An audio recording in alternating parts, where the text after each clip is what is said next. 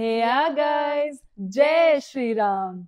आज हम बात करेंगे कि आप 2025 में यूएसए का स्टडी वीजा कैसे ले सकते हैं as an international student. So I know ये शुरुआत में थोड़ा मुश्किल हो सकता है, but with right guidance and right planning this dream can be a reality. अब बिना किसी देर के शुरू करते हैं।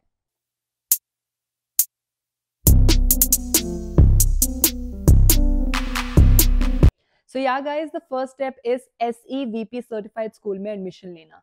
SEVP का मतलब है student and exchange visitor program, जिसके हिसाब से आपको ये पता चलता है कि जिस स्कूल में आप एडमिशन ले रहे हैं वो according to US laws legit है और आपका US student visa easily process हो जाएगा।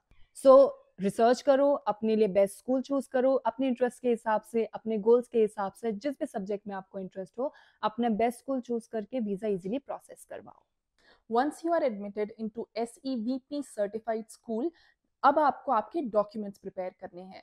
इसमें आपको आपका पासपोर्ट चाहिए, I-20 फॉर्म सबमिट होगा which you will be getting from the university that you have applied to. इसके अलावा आपको आपके फाइनेंशियल डॉक्यूमेंट्स भी चाहिए होंगे एंड DS-160 फॉर्म फिल करना होगा। वीजा अप्लाई करने से पहले make sure that you have all the documents ready, otherwise your process can get late. यहाँ पर I want to add one thing, लोग एक मेजर गलती करते हैं, सिर्फ एक ही कॉलेज या यूनिवर्सिटी में अप्लाई करते हैं। So don't do this mistake. At least 3 to 4 colleges या यूनिवर्सिटीज में अप्लाई करो, जिससे आपके ऑफर लेटर मिलने के चांसेस बहुत ज्यादा बढ़ जाएंगे। अगर आप अंडर ग्रेजुएट एडमिशन टारगेट कर रहे हो तो आपको चाहिए अपना पासपोर्ट, ऑब्वियसली 9, 10 एंड 12 स्टैंडर्ड की मार्कशीट, अपने एकेडमिक सर्टिफिकेट्स एंड को करिकुलर एक्टिविटीज के certificates. If you have it, वो एक एडवांटेज हो जाएगा आपके लिए। अलॉन्ग विद इट आपको सैट या एसीटी का स्कोर चाहिए। सैट वर्सेस एसीटी की वीडियो हम फ्यूचर में लेके आएंगे, आगे लेके आएंगे फॉर अ फुल कंपैरिजन, जिससे आप कंपेयर कर सके which is best for you. So या अच्छा स्कोर करो, ये चीज आपकी बहुत मदद करेगी। जब आपको आपका ACT या SAT का स्कोर मिल गया है, you got all your documents ready, अब आपको चाहिए आपका LOR। LOR means letter of recommendation. ये आपके प्रोफेसर्स बना सकते हैं, आपके स्कूल टीचर्स बना सकते हैं, या कोई भी प्रोफेशनल इंडिविजुअल आपका LOR बना सकता है। Now guys, LOR is a make it or break it thing. You have to make sure that your LOR is on point. आपका जो LOR होगा उसको वेरीफाई करने के लिए वो लोग डायरेक्टली, जो आपके प्रोफेसर हैं या जो भी इंडिविजुअल उसको बना रहा है, उसके पास में मेल करते हैं, उससे कांटेक्ट करते हैं। So they have to submit it on their own. Now you have to make sure कि आपका LOR ऐसा हो जो आपकी जितनी भी स्ट्रेंथ्स हैं उनको as a positive feedback present कर रहा है। उसमें जो आपने एक्स्ट्रा एक्टिविटीज की हुई हैं आप उसको भी मेंशन करवाने की रिक्वेस्ट कर सकते हैं। Now make sure that your LOR is top notch. Guys, here I want to add one thing. जैसे पायल ने बोला, letter of recommendation is really important. अब इसके लिए यहाँ पर अगेन एक टिप है। If your professors are okay with it, आप उनसे ये बात कर सकते हैं कि आप LOR अपना खुद ड्राफ्ट कर लें एंड उसको प्रूफ रीड करके साइन करके एंड देन अपलोड कर दें। So that will be better for you, because आप अपने अकॉर्डिंग अपना जो भी आपके स्ट्रेंथ्स हैं, जैसे पायल ने मेंशन किया था, जो आपके स्ट्रेंथ्स हैं आप उसको अच्छे से डिफाइन कर सकते हैं और बेटर तरीके से प्रेजेंट कर सकते हैं, जिससे आपके चांसेस ऑफ सिलेक्शन और ज्यादा बढ़ जाएंगे। ना वो स्टूडेंट्स जो ग्रेजुएशन कर चुके हैं उन्हें चाहिए ऑब्वियसली अपने ग्रेजुएशन के सर्टिफिकेट्स, अपनी ट्रांसक्रिप्ट्स, अपनी मार्कशीट्स। देन एक बहुत इंपॉर्टेंट डॉक्यूमेंट, एक बहुत इंपॉर्टेंट एग्जाम आपको क्रैक करना रहता है, दैट इज GRE और GMAT। Depends on your stream, आपकी स्ट्रीम के ऊपर डिपेंड करता है कौन सा एग्जाम आपको देना है। We can make a separate video if you wish, please write it down the comment section. अगर आपको GRE वर्सेस GMAT का एक सेपरेट वीडियो चाहिए, हम उस पर सेपरेट वीडियो भी बना देंगे। एंड आप अपने एम्प्लॉयर से अपने एक्सपीरियंस सर्टिफिकेट्स डिमांड करिए, अपनी आपकी salary slips would be required. अगर आप किसी प्रोजेक्ट में इन्वॉल्व थे ड्यूरिंग योर वर्क टेन्योर, तो आप उस प्रोजेक्ट की एक प्रॉपर फाइल बनाकर वो भी सबमिट कर सकते हैं। ये एक बहुत अच्छा इंप्रेशन देता है आपकी फाइल पे और आपके chances of selection again increase हो जाएंगे। Now comes the most important step, आपका English language proficiency test.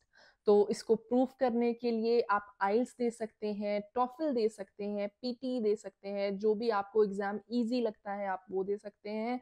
USA की यूनिवर्सिटीज बहुत अलग अलग लेवल ऑफ स्कोर्स डिमांड करती हैं, लाइक फॉर एग्जांपल कुछ यूनिवर्सिटीज आइल्स में 6.5 7 7.5 भी डिमांड करते हैं. So you have to go to that particular universities website, वहां पर आप चेक करो उनकी डिमांड्स क्या हैं, वो क्या रिक्वायरमेंट्स हैं उनकी, वो स्कोर आपका टारगेट स्कोर होना चाहिए.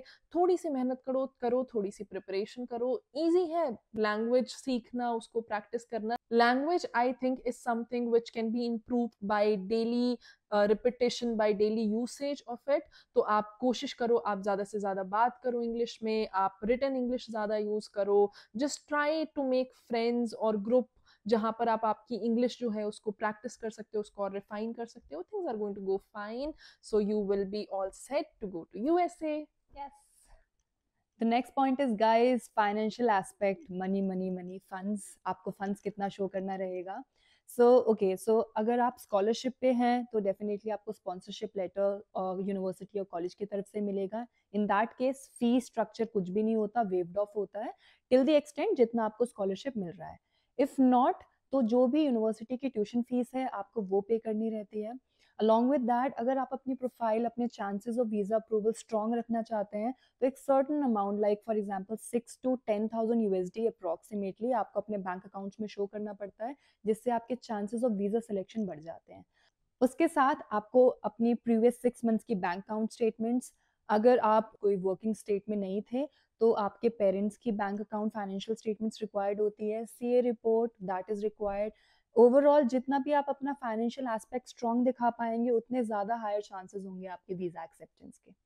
Now the next very important thing is DS-160. Guys ये फॉर्म एक्सट्रीमली इंपॉर्टेंट है. इस फॉर्म में आपकी सारी पर्सनल इन्फॉर्मेशन, आपकी फाइनेंशियल इन्फॉर्मेशन, आपका वर्क एक्सपीरियंस, ओवरऑल आपकी ट्रैवल हिस्ट्री, ओवरऑल आपकी कंप्लीट प्रोफाइल आपको इसमें फिल इन करनी होती है. अप्रॉक्सीमेटली 22 पेजेस का ये फॉर्म रहता है. इनिशियली आपकी बेसिक क्रेडेंशियल्स, आपका नेम, आपके फादर का नेम, आपकी मदर का name, all of those details, आपका address, permanent address, current address, ये सारी चीज़ें फिल इन होती हैं. देन आपके फाइनेंशियल एस्पेक्ट्स आपको उसमें फिल करना पड़ता है.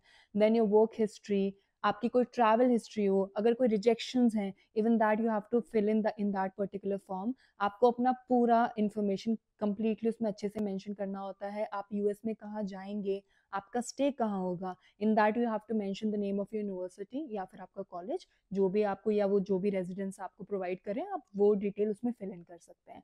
इस फॉर्म को प्लीज़ बहुत ध्यान से पढ़ना. ये एक फॉर्म है जो आपको 90% उस रेंज पे लेके आता है जो कि आपको वीज़ा एक्सेप्टेंस दिलवाएगा. This is very very important. Please इसमें कोई भी मिसलीडिंग इन्फॉर्मेशन मत भरना. जो भी आपके डॉक्यूमेंट्स में ऑथेंटिक इन्फॉर्मेशन है same as it is information आप उस फॉर्म में फिल करोगे ताकि कोई भी डिस्क्रिपेंसी ना आए. अगर कोई भी चेंजेस या डिफरेंसेस उनको लगते हैं तो आपका वीज़ा वहीं पर ही रिजेक्ट हो जाता है. After all of this comes the time of US visa interview. अब गाइज ये बहुत ज़्यादा क्रूशियल स्टेप है, शायद ये सबसे ज़्यादा ऐसा स्टेप है जिससे बच्चे डरते हैं, बट आपको डरना नहीं है. You have to be confident. In fact your confidence is the key कि आपका वीज़ा रिजेक्ट या अप्रूव हो सकता है. सो वहाँ पर अब जो क्वेश्चंस होते हैं वहाँ पर आपसे बहुत ही बेसिक क्वेश्चंस होंगे, जैसे कि आप क्यों जाना चाहते हैं यूएस, आप अपने फंड्स कहाँ से अरेंज करेंगे, why do you want to go to that particular university, आप कौन सा कोर्स करने वाले हैं, वो कोर्स आपके बैकग्राउंड से कैसे अलाइन होता है. सो बी श्योर कि आप ये सारे क्वेश्चंस बहुत अच्छे से एड्रेस कर पाओ. One of the very important question which is asked is your intent of coming back to your home country. Now guys, this is very important. You have to show very strong connection with your home country, आपकी family के साथ. अगर आपकी कोई job है वहाँ पर, आपके पेरेंट्स का कोई बिजनेस है, you have to show that you desire to come back to your home country. Because अगर उन्हें ऐसा लगता है कि नहीं आपका कोई इंटेंट नहीं है वापस आने का, then they are going to cancel your visa right away. इसके बाद आपको एक सेविस फी, ओके सेविस फी जो है वो आपको एक्चुअली वीजा एप्लीकेशन से पहले फिल करनी होती है. So SEVIS fee is I think around $350.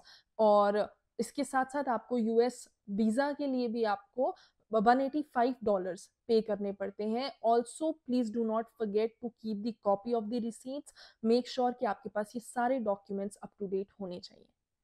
So yeah guys, once your interview is done, you are almost all set to go. एक इम्पॉर्टेंट चीज़ है यहाँ पे which is as compare to the other countries, एक difference है specifically the neighbouring country Canada, उधर से एक डिफरेंस है. When you apply for study permit in Canada तो आपको फी पहले ही डिपॉजिट करनी होती है, तभी आपका offer of acceptance offer letter approved माना जाता है एंड देन आप अपना स्टडी परमिट अप्लाई करते हो. But in US once your visa is approved उसके बाद आप फी पेमेंट करते हो. तो ये जो लास्ट स्टेप पायल ने बोला था that you have to give your interview, जब आपका वीजा एक्सेप्ट हो जाएगा उसके बाद आपको फी पेमेंट करनी है. सो टिल दैट टाइम जो भी वो आपके फंड्स है वो आपको अपने बैंक अकाउंट में शो करने होते हैं, वो ही आपका फाइनेंशियल प्रूफ है to show to give the government an assurance कि आपके पास उतने फंड्स हैं जो कि उस यूनिवर्सिटी की फी पेमेंट में रिक्वायर्ड होंगे. सो yeah guys, that is all for the video. ये स्टेप बाय स्टेप गाइडेंस थी, आपको एक पूरा हमने एक बेसिक प्रोसीजर बता दिया है यूएस में स्टडी वीजा लेने का इन 2025.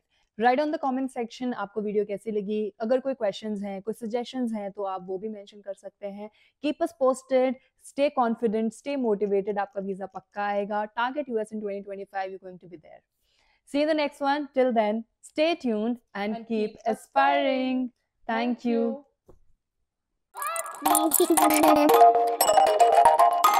Thank you.